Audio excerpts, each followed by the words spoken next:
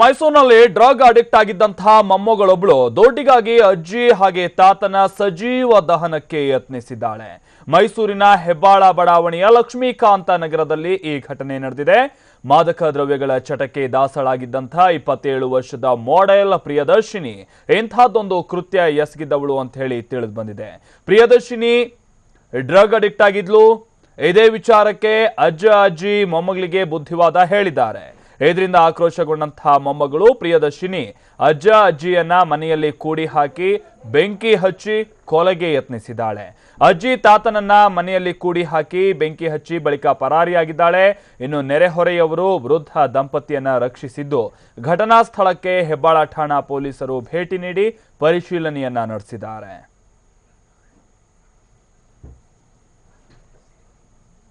ನಾವು ಆ ಫೋಟೋದಲ್ಲಿ ಗಮನಿಸ್ತಾ ಇರುವಂತಹ ಯುವತಿ ಪ್ರಿಯದರ್ಶಿನಿ ಅಂತ ಹೇಳಿ ತಿಳಿದು ಬಂದಿದೆ. ಈಕೆ ಮಾಡೆಲ್ನಲ್ಲಿ ಗುರುತಿಸಿಕೊಂಡಿರುವಂಥದ್ದು, ಮಾಡೆಲ್ ಕ್ಷೇತ್ರದಲ್ಲಿ ಗುರುತಿಸಿಕೊಂಡಿರುವಂತಹ ಹುಡುಗಿ ಈಕೆ.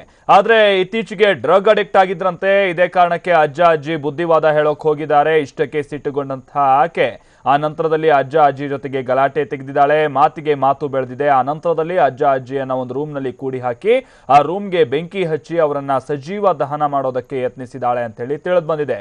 ಬೆಂಕಿ ಹಚ್ಚಿದ ಕ್ಷಣಾರ್ಧದಲ್ಲೇ ಆ ಸ್ಥಳದಿಂದ ಆಕೆ ಪರಾರಿಯಾಗಿದ್ಲಂತೆ. ಹಾಗೆ ಪ್ರಿಯದರ್ಶಿನಿಯ ಅಜ್ಜಿ ಒಂದು ರೂಮ್ನಲ್ಲಿ ಸಿಕ್ಕಾಕೊಂಡಿರ್ತಾರೆ. ಅವರು ಕಿರ್ಚಾಡ್ಕೊಳ್ತಾ ಇದ್ದಂತಹ ಸಂದರ್ಭದಲ್ಲಿ ಅಕ್ಕಪಕ್ಕದ ಮನೆಯವರು ಬಂದು ಅವರನ್ನ ರಕ್ಷಿಸಿದ್ದಾರೆ ಅಂತ ಹೇಳಿ ತಿಳಿದು ಬಂದಿದೆ. ಜೊತೆಗೆ ಈ ಗಲಾಟೆ ಸಂದರ್ಭದಲ್ಲಿ ಜೊತೆಗೆ ಬೆಂಕಿ ಹಚ್ಚಿದಂತಹ ಸಂದರ್ಭದಲ್ಲಿ ಪ್ರಿಯದರ್ಶಿನಿಯವರ ಅಜ್ಜನಿಗೆ ಒಂದಷ್ಟು ಗಾಯಗಳಾಗಿರುವಂಥದ್ದನ್ನ ಕೂಡ ಗಮನಿಸಬಹುದಾಗಿದೆ. ಮೈ ಮೇಲೆ ಒಂದಷ್ಟು ಬರೆ ಬಿದ್ದಂತೆ ಕೂಡ ಆಗಿದೆ. ಬಹುಶಃ ದೊಡ್ಡ ಗಲಾಟೆನೇ ಕೂಡ ನಡೆದ ಹಾಗಿದೆ. ಆದರೆ ಮಾಡೆಲ್ ಪ್ರಿಯದರ್ಶಿನಿ ಡ್ರಗ್ ಅಡಿಕ್ಟ್ ಆಗಿದ್ಲು. ಇದನ್ನ ಬಿಡಿಸ್ಬೇಕು ಅನ್ನುವಂಥ ನಿಟ್ಟಿನಲ್ಲಿ ಬಹಳಷ್ಟು ದಿನಗಳಿಂದ ಮಾತಿಗೆ ಮಾತು ಬೆಳೀತಾ ಇತ್ತು, ಬುದ್ಧಿವಾದ ಹೇಳದಂಥ ಸಂದರ್ಭದಲ್ಲ. ಆದರೆ ಇಷ್ಟಕ್ಕೆ ಸಿಟ್ಟುಗೊಂಡಂತಹ ಆಕೆ ಈ ರೀತಿಯಾದಂತಹ ಕೃತ್ಯವನ್ನ ಎಸಗಿದ್ದಾಳೆ ಅಂತ ಹೇಳಿ ತಿಳಿದು ಬಂದಿದೆ. ಇದು ನಡೆದಿರೋದು ಮೈಸೂರಿನ ಹೆಬ್ಬಾಳ ಬಡಾವಣೆಯಲ್ಲಿ. ಹಾಗೆ ಇಂತಹದೊಂದು ಕೃತ್ಯ ನಡೀತಾ ಇದ್ದಂತೆ ಸ್ಥಳಕ್ಕೆ ಬಂದಿರುವಂತಹ ಹೆಬ್ಬಾಳ ಬಡಾವಣೆ ಪೊಲೀಸರು ಅಂದ್ರೆ ಹೆಬ್ಬಾಳ ಠಾಣಾ ಪೊಲೀಸರು ಭೇಟಿ ನೀಡಿ ಪರಿಶೀಲನೆಯನ್ನ ಕೂಡ ನಡೆಸಿದ್ದಾರೆ ಅಂತ ಹೇಳಿ ತಿಳಿದು ಬಂದಿದೆ.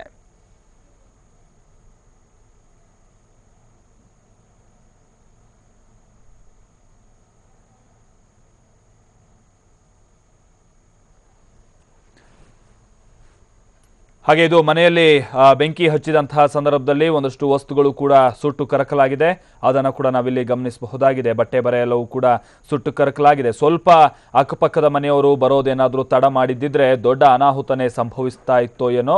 ಯಾಕಂತ ಅಂದ್ರೆ ಮನೆಯಲ್ಲಿದ್ದಂತಹ ವಾಲ್ರೋಪ್ ಆಗಿರ್ಬೋದು, ಬಹುತೇಕ ವಸ್ತುಗಳಾಗಿರ್ಬೋದು, ಆ ರೂಮ್ನಲ್ಲಿದ್ದಂಥದ್ದು ಎಲ್ಲವೂ ಕೂಡ ಸುಟ್ಟು ಕರಕಲಾಗಿ ಹೋಗಿದೆ. ಹಾಗಾಗಿ ಇಡೀ ರೂಮಿಗೆ ಬೆಂಕಿ ವ್ಯಾಪಿಸ್ತಾ ಇತ್ತೋ ಏನೋ. ಸ್ವಲ್ಪ ತಡವಾಗಿದ್ರೂ ಕೂಡ ಅಕ್ಕಪಕ್ಕದ ಮನೆಯವರು ಸಮಯ ಪ್ರಜ್ಞೆ ಮೆರೆದಂತಹ ಕಾರಣದಿಂದಾಗಿ ವೃದ್ಧ ಅಜ್ಜಿ ಇಬ್ರು ಕೂಡ ಬದುಕುಳಿದಿದ್ದಾರೆ. ಈ ಬಗ್ಗೆ ಮತ್ತಷ್ಟು ಮಾಹಿತಿ ಕೊಡ್ತಾರೆ ನಮ್ಮ ಪ್ರತಿನಿಧಿ ರಾಮ್. ಏನಾಗಿರೋದು ಅಂತ ಹೇಳಿ, ಅಂದ್ರೆ ಬುದ್ಧಿವಾದ ಹೇಳಿದ್ದೊಂದೇ ಈ ರೀತಿಯಂತ ಕೃತ್ಯ ಎಸಗೋದಕ್ಕೆ ಕಾರಣ ಆಯ್ತು ಅಥವಾ ಬೇರೆ ಏನಾದ್ರೂ ಆಗಿತ್ತಾ ಅಲ್ಲಿ ಗಲಾಟೆ? ಇದಕ್ಕಿಂತ ಮುಂಚೆ ಏನಾಗಿರೋದು ರಾಮ್? ಮಲ್ತೇಶ್ ಆಕೆ ಮೊದಲನೇದಾಗಿ ಕುಡಿತ ಮತ್ತೆ ಮಾದಕ ವಸ್ತುಗಳ ವ್ಯಸನಿಯಾಗಿದ್ಲು. ಯಾವಾಗ್ಲೂ ಸಹ ಕುಡಿದ ಮತ್ತಲ್ಲೇ ಇರ್ತಾ ಇದ್ಲು. ಹೀಗಾಗಿ ಅಜ್ಜಿ ಆಕೆಗೆ ಬುದ್ಧಿ ಹೇಳಿದ್ರಿಂದಲೇ ಈ ಕೃತ್ಯವನ್ನ ಎಸಗಿದ್ದಾಳೆ ಅಂತ ಹೇಳಿ ಸ್ಥಳೀಯರು ಒಂದು ಆರೋಪವನ್ನ ಮಾಡ್ತಾ ಇದ್ದಾರೆ. ಪ್ರಿಯದರ್ಶಿನಿ ಅಂತ ಹೇಳಿ 27 ವರ್ಷ, ಮೈಸೂರಿನ ಲಕ್ಷ್ಮೀಕಾಂತ ನಗರದಲ್ಲಿ ಇವರ ಮನೆ ಇದೆ. ಈಕೆಗೆ ತಂದೆ ತಾಯಿ ಯಾರೂ ಸಹ ಇರಲಿಲ್ಲ. ತಂದೆ ತಾಯಿಯನ್ನ ಬಿಟ್ಟು ಹೊರಟೋಗಿದ್ರು. ಅದಾದ ನಂತರ ಅದೇ ಕೊರಗಿನಲ್ಲಿ ತಾಯಿ ಸಹ ಆತ್ಮಹತ್ಯೆಯನ್ನ ಮಾಡ್ಕೊಂಡಿದ್ರು. ಇದಾದ ನಂತರ ಅಜ್ಜಿಯ ಆಶ್ರಯದಲ್ಲಿ ಪ್ರಿಯದರ್ಶಿನಿ ಬೆಳೀತಾ ಇದ್ಲು. ಈಗ ಕಳೆದ 6 ತಿಂಗಳಿಂದಲೂ ಸಹ ಕುಡಿಯುವ ಚಟಕ್ಕೆ ಆಕೆ ದಾಸಿಯಾಗಿದ್ಲು. ಮಾದಕ ವಸ್ತುಗಳನ್ನ ಸೇವನೆ ಮಾಡ್ತಾ ಇದ್ಲು ಅನ್ನೋ ಒಂದು ಮಾಹಿತಿ ಸಹ ಸಿಕ್ಕಿದೆ. ಕಳೆದ 6 ತಿಂಗಳಿಂದಲೂ ಸಹ ಅಜ್ಜಿಯ ಮಾತನ್ನ ಈಕೆ ಕೇಳ್ತಾ ಇರಲಿಲ್ಲ. ತಡರಾತ್ರಿ ತಡವಾಗಿ ಬರ್ತಾ ಇದ್ಲು.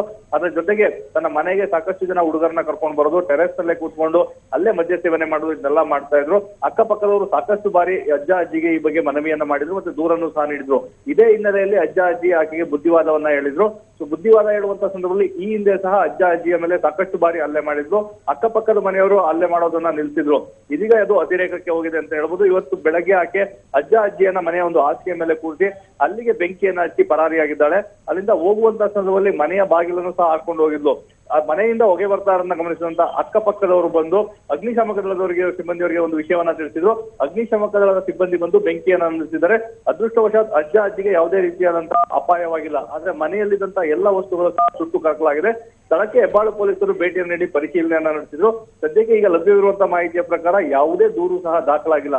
ಪೊಲೀಸರೇ ಸ್ವಯಂ ಪ್ರೇರಿತ ದೂರನ್ನು ದಾಖಲಿಸಿಕೊಂಡು ಈಗ ನಾಪತ್ತೆ ಆಗಿರುವಂತಹ ಪ್ರಿಯದರ್ಶಿನಿಗಾಗಿ ಹುಡುಕಾಟವನ್ನು ನಡೆಸ್ತಾ ಇದ್ದಾರೆ. ಈ ಒಂದು ಪ್ರಕರಣದಲ್ಲಿ ಅಜ್ಜ ಅಜ್ಜಿ ಆಕೆಗೆ ಬುದ್ಧಿ ಹೇಳಿದ್ದು ಈ ರೀತಿ ಕುಡಿಬಾರ್ದು ಮತ್ತೆ ಯಾರ ಜೊತೆ ಹೋಗ್ಬಾರ್ದು, ತಡರಾತ್ರಿವರೆಗೂ ಹೊರಗಡೆ ಇರಬೇಡ ಅಂತ ಬುದ್ಧಿವಾದ ಹೇಳಿದ್ದೆ ಈ ಕೃತ್ಯ ಎಸಗಲಿಕ್ಕೆ ಕಾರಣ ಅನ್ನೋದು ಈಗ ಮೇಲ್ನೋಟಕ್ಕೆ ತಿಳಿದು ಬಂದಿದೆ. ಮಾಲ್ತೆ ಓಕೆ, ಅಂದ್ರೆ ರಾಮೀಗ ಈ ಗಲಾಟೆ ಓಕೆ ಮತ್ತೆ ಮತ್ತೆ ನಾನು ನಿಮ್ಮನ್ನ ಸಂಪರ್ಕಿಸ್ತೇನೆ ರಾಮ್. ಇದು ಲಭ್ಯ ಆಗಿರುವಂತಹ ಮಾಹಿತಿ. ಹಾಗೆ ಆ ಭಾಗದ ಕಾರ್ಪೊರೇಟರ್ ಜೊತೆಗೆ ಆ ಸಂದರ್ಭದಲ್ಲಿ ಸ್ಥಳದಲ್ಲಿದ್ದಂಥವ್ರು ಪ್ರತ್ಯಕ್ಷದರ್ಶಿ ಶಿವಣ್ಣ ಅನ್ನೋರು ನಮ್ಮ ಜೊತೆಗೆ ಸಂಪರ್ಕದಲ್ಲಿದ್ದಾರೆ. ಶಿವಣ್ಣ ಅವರೇ, ಈಗ ನಿಮ್ ಗಮನಕ್ಕೆ ಬಂದಂತ ಸಂದರ್ಭದಲ್ಲಿ ಹೇಗೆ ಗೊತ್ತಾಯ್ತು ಆ ಮನೆಗೆ ಬೆಂಕಿ ಬಿದ್ದಿದೆ ಅನ್ನುವಂತ ವಿಚಾರ ಶಿವಣ್ಣ ಅವರೇ? ಸರ್, ನನಗೆ ಈಗ ಒಂದು 7-8 ತಿಂಗಳ ಹಿಂದೆ ಅವ್ರ ತಾಯಿ ಹೆಂಗ್ ಮಾಡ್ಕ ತೀರೋ ಹೊಡಿತು. ಗೊತ್ತಾಯ್ತು. ಆ ತೀರೋದ್ಮೇಲೆ ನಾವು ಯಾಕಂದ್ರೆ ಏರಿಯಾ ರೌಂಡ್ಸ್ಗೆ ಹೋದಾಗ ಅಕ್ಕಪಕ್ಕದಲ್ಲಿ ಯಾರ ಕಂಪ್ಲೇಂಟ್ ಹೇಳಿದ್ರೆ ಗಿಡ ಕಟ್ ಮಾಡೋದು, ಮೋರಿ ತಗ್ಸೋದು, ಈಜುಡಿ ಕಟ್ಕೊಂಡ್ರೆ ಇವೆಲ್ಲ ಹೋಗ್ತಾ ಇದ್ದೆ. ನಾನು ಡೈಲಿ ಏರಿಯಾ ರೌಂಡ್ ಓಡಿಸ್ತಾ ಇದ್ದೆ. ಇವ್ರಿಗೆ ಸುಮಾರು ಅವ್ರ ತಾಯಿ ಸತ್ತೋದ್ಮೇಲೆ ಚೆನ್ನಾಗೇ ಇತ್ತು ಅವ್ರ ತಾತ ಅಜ್ಜಿ ಜೊತೆಲಿ. ಇತ್ತೀಚೆಗೆ ಹುಡುಗಿಗೆ ಏನಾಗಿದೆ, ನಿನ್ನೆ ನನಗೆ ಒಬ್ರು ಮಾಸ್ಟ್ರು ಫೋನ್ ಮಾಡಿದ್ರು, ಶಿವಣ್ಣವರೇ ರಾತ್ರಿ ಈ ತರ ಹುಡುಗಿ ಡ್ರಗ್ಸ್ ಏನೋ ಮಾಡ್ಬಿಟ್ಟು ಬಹಳ ಗಲಾಟೆ ಮಾಡ್ತಾ ಇತ್ತು, ಡ್ರಿಂಕ್ಸ್ ಎಲ್ಲ ತಗೊಂಡು 3 ಜನ ಹುಡುಗರ ಜೊತೆಲಿ ಆಟ ಆಡ್ತಿತ್ತು. 1 ಗಂಟೆ ರಾತ್ರಿ 12:30 ಅಷ್ಟೊತ್ತಲ್ಲಿ ನನಗೆ ಫೋನ್ ಮಾಡಿದ್ರು. ಇದು ನಾನು ಫೋನ್ ಮಾಡುವಂದ್ರೆ ಅಷ್ಟೊತ್ತಲ್ಲಿ ಯಾಕೆ ನಾನು ಪಾಪ ಡಿಸ್ಟರ್ಬ್ ಮಾಡೋದು ಅಂತ ಮಾಡ್ಲಿಲ್ಲ. ಇವತ್ತು ಹಗಲೊತ್ತು 2-3 ದಿವಸ ಹಿಂಗೆ ಗಲಾಟೆ ಆಗಿರೋದಂತೆ. ಇವತ್ತೇನೋ ನಂಗೆ ಆದ್ರೆ ನಾನು ನಿಮಗೆ ಫೋನ್ ಮಾಡಿ ತಿಳಿಸ್ತೀನಿ ಶಿವಣ್ಣವ್ರೆ, ನಮ್ಗೆ ಒಂಚೂರು ಪೊಲೀಸ್ ಸ್ಟೇಷನ್ಗೆ ಕಂಪ್ಲೇಂಟ್ ಇದು ಮಾಡಿ ಅಂದೆ ಅಂತ ಹೇಳಿದ್ರು.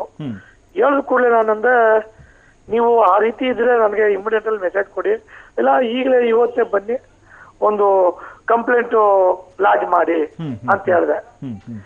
ಹಾಗಂತ ಹೇಳಿದಾಗ ಆಗ ನನಗೆ ಅವ್ರು ಹೇಳಿದ ಕೂಡ್ಲೇನೆ ಸರಿ ಅವ್ರು ಇವತ್ತು ಡ್ಯೂಟಿ ಹೊಂಟೋಗಿದ್ದಾರೆ. ಯಾರು? ಮಾಸ್ಟ್ರು. ಪಕ್ಕದ ಮನೆಯವರು. ಅವರು ಡ್ಯೂಟಿ ಹೋದ್ಮೇಲೆ ಇವತ್ತು ಈ ಘಟನೆ ನಡೆದಿದೆ. ಹಾಗೆ ಘಟನೆ ನಡೆದಾಗ ಲಕ್ಷ್ಮೀಕಾಂತ್ ನಗರ ರೋಡ್ ಅಲ್ಲೆಲ್ಲ ಹುಡುಗಿ ರಕ್ತ ಮಾಡ್ಕೊಂಡು ಓಡಾಡ್ತಿತ್ತಂತೆ. ಈಗ ಹೇಳ್ತಾರೆ ಅಕ್ಕಪಕ್ಕದವರು. ಆಮೇಲೆ ನನಗೆ ವಿಷಯ ತಿಳಿದ ತಕ್ಷಣ ಬೆಂಕಿ ಹತ್ಕೊಂಡಿದ್ದೆ ಮನೆಗೆ ಅಂತ ವಿಷಯ ಬಂತು.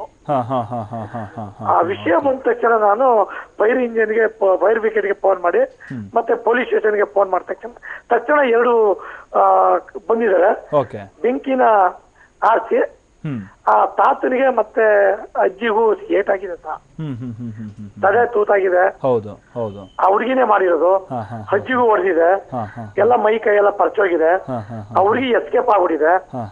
ಸರಿ, ನಾನು ಸ್ಪಾಟ್ ಬರೋದಕ್ಕೆ ನಿಮ್ಮ ಮಾಧ್ಯಮದವರೆಲ್ಲ ಬಂದಿರೋ ಮಾಧ್ಯಮದವರು. ಆಗ ಅವ್ರಿಗೆ ವಿಷಯನ ನಾನು ತಿಳಿಸ್ದೆ, ಈ ತರ ಇದೆ, ಈ ತರ ಆಗ್ತಾ ಇದೆ. ಓವರ್ ಅಡಿಕ್ಟ್ ಆಗಿ ಆ ಸ್ಥಿಮಿತತೆನೆ ಕಳ್ಕೊಂಡ್ಬಿಟ್ಟಿದ್ದಾಳೆ ಅನ್ಸುತ್ತೆ ಬಹುಶಃ. ಹೌದು ಸರ್, ಅದು ಆ ಹುಡುಗಿಗೆ ನನಗನ್ನಿಸ್ತದೆ, ಹುಡುಗಿ ಏನಾರು ಮೆಂಟಲ್ ಈ ತರ ಡ್ರಗ್ಸ್ ತಕ್ಕಂದೇರ ಮೆಂಟಲ್ ಆಗಿಲ್ಲ ಅಥವಾ ಏನಾಗಿದೆ ಅಂತ ಗೊತ್ತಿಲ್ಲ. ಆ ಅಜ್ಜಿದು ಕೈ ಮತ್ತೆಲ್ಲ ಬಹಳ ಗಾಯ ಆಗಿದೆ. ವಯಸ್ಸಾದವರು ಅವ್ರ ಸಂಬಂಧಿಕರು ಎಲ್ಲ ಬೆಂಗಳೂರಲ್ಲಿ ಇದಾರಂತೆ. ಅವ್ರ ನಂಬರ್ ಕೊಡಿ ಅಂದೆ. ಅವ್ರ ನಂಬರು ನಮ್ ತಾವಿಲ್ಲ, ಈಗ ಫೋನ್ ಕಳೆದೋಗದೆ ಅಂತಾರೆ. ಎಲ್ಲಿ ಅವರು ಶಿವಣ್ಣವ್ರೆ? ಸರ್, ಇವರು ಆಕ್ಚುಲಿ ಬೆಂಗಳೂರಿನವರು. ನಾವು ನಮ್ ಸಂಬಂಧ ಎಲ್ಲ ಬೆಂಗಳೂರಲ್ಲಿ ಇದೆ ಅಂತ ಹೇಳ್ತಾರೆ. ಯಾವ ಏರಿಯಾ ಏನು ಅಂತ ತಾತಪ್ಪ ಹೇಳಿಲ್ಲ. ಸ್ವಲ್ಪ ಬೆನ್ನಲ್ಲೆಲ್ಲ ಪರ್ಚೋಗಿದೆ ಸರ್, ಬೆನ್ನಲ್ಲೆಲ್ಲ ಗಾಯ, ಕೆಡಿಕಂದೆಲ್ಲ ಹೊಡಿತಿತ್ತಂತೆ ಡ್ರಿಂಕ್ಸ್ ಮಾಡಿದಾಗ. ಆತರ ಹುಡುಗಿಗೆ ಏನೋ ಮಾನಸಿಕವಾಗಿ ಆತರ ಆಗಿದ ಅಥವಾ ಡ್ರಗ್ಸಿಂದ ಹಿಂಗಾಗಿದ, ಏನಾಗಿದೆ ಅಂತ ಗೊತ್ತಿಲ್ಲ. ನಮ್ಗೆ ಈಗ ಹೆಬ್ಬಾಳಲ್ಲಿ ಸ್ಟೇಷನ್ ಓಪನ್ ಆಗಿದೆ. ಏನಾದ್ರು ಇಮಿಡಿಯೇಟ್ಲಿ ಈ ತರ ಆದ್ರೆ ಸಡನ್ ಆಗಿ ಅವ್ರು ಸ್ಪಂದಿಸ್ತಾರೆ ಪೊಲೀಸ್ನವರು. ಅಲ್ಲಿ ತಿಮ್ಮೇಗೌಡರು ಅಂತ ಇನ್ಸ್ಪೆಕ್ಟರ್ ಇದಾರೆ. ಏನೋ ಘಟನೆ ಅಂದ್ರೆ ಫೋನ್ ಮಾಡಿದ್ರೆ ಅವರು ಎಷ್ಟೊತ್ತಲ್ಲೂ ಫೋನ್ ತೆಗೆದು ಅಟೆಂಡ್ ಮಾಡ್ತಾರೆ. ಸ್ವಲ್ಪ ಈಗ ಎಲ್ಲಾ ಈ ಪೋಲಿ ಪುಂಡು ಹುಡುಗರೆಲ್ಲ ಸ್ವಲ್ಪ ಬಟ್ಟ ಹಾಕಿದ್ದಾರೆ. ಆಯ್ತಾ? ಈಗ ಪೊಲೀಸ್ನವ್ರು ಹೇಳಿದ್ದಾರೆ ನನಗೆ, ಶಿವಣ್ಣ ಈ ವಿಷಯ ಏನಾರ ಇದ್ರೆ ಇಮಿಡಿಯೇಟ್ ಅಲ್ಲಿ ಫೋನ್ ಮಾಡಿ ಅವ್ರಿಗೆ ಕರ್ಕೊಂಡ್ಬಂದು ಎಂಕ್ವೈರಿ ಮಾಡುವ ಅಂತ. ಥ್ಯಾಂಕ್ ಯು ಶಿವಣ್ಣ ಅವರೇ, ಟಿವಿ9 ಜೊತೆ ಮಾತನಾಡಿದ್ಕೆ.